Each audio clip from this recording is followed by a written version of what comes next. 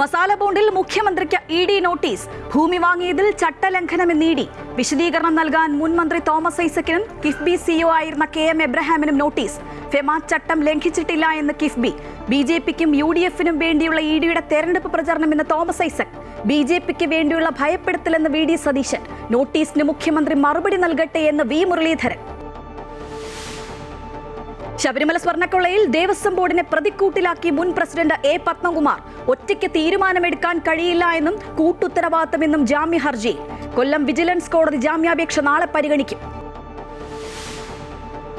പരാതിക്കാരിക്കെതിരെ കൂടുതൽ ഡിജിറ്റൽ രേഖകളുമായി രാഹുൽ മാങ്കൂട്ടത്തിൽ. മുദ്രവച്ച കവറിൽ കോടതിയിൽ ഹാജരാക്കി. സൈബർ അധിക്ഷേപ പരാതിയിൽ രാഹുൽ ഈശ്വർ 14 ദിവസം റിമാൻഡിൽ. ജയിലിൽ നിരാഹാര സമരം നടത്തുമെന്ന് രാഹുൽ ഈശ്വർ. സൈബർ അധിക്ഷേപ പരാതിയിൽ സന്ദീപ് വാര്യർ മുൻകൂർ ജാമ്യാപേക്ഷ നൽകി. കേരളത്തിലെ SIR നടപടികൾ നിർത്തിവെക്കില്ല എന്ന് കേന്ദ്ര തെരഞ്ഞെടുപ്പ് കമ്മീഷൻ സുപ്രീം കോടതിയിൽ. തദ്ദേശ തെരഞ്ഞെടുപ്പിന് SIR തടസ്സമല്ലെന്നും BLOമാരുടെ മരണം ജോലിഭാരം കൊണ്ടല്ല എന്നും കമ്മീഷൻ. SIRനും തദ്ദേശ തെരഞ്ഞെടുപ്പിനും നിയോഗിക്കുന്നത് വ്യത്യസ്ത ഉദ്യോഗസ്ഥരെ എന്ന് കേന്ദ്ര തെരഞ്ഞെടുപ്പ് കമ്മീഷൻ ഉറപ്പാക്കണമെന്ന് സംസ്ഥാന തെരഞ്ഞെടുപ്പ് കമ്മീഷൻ. പ്രതിപക്ഷ ബഹളത്തിൽ മുങ്ങി പാർലമെന്റിന്റെ ശീതകാല സമ്മേളനത്തിന്റെ ആദ്യ ദിനം. സമഗ്ര വോട്ടർ പട്ടിക പരിഷ്കരണം ഉൾപ്പെടെയുള്ള വിഷയങ്ങൾ ഉന്നയിച്ച് പ്രതിപക്ഷം. ബീഹാർ തോൽവിയുടെ നിരാശയിൽ പാർലമെന്റിൽ പ്രതിപക്ഷം നാടകം കളിക്കുന്നു എന്ന് പ്രധാനമന്ത്രി. ജനകീയ വിഷയങ്ങൾ ഉയർത്തുന്നത് എങ്ങനെ നാടകമാകുമെന്ന് പ്രിയങ്ക ഗാന്ധി.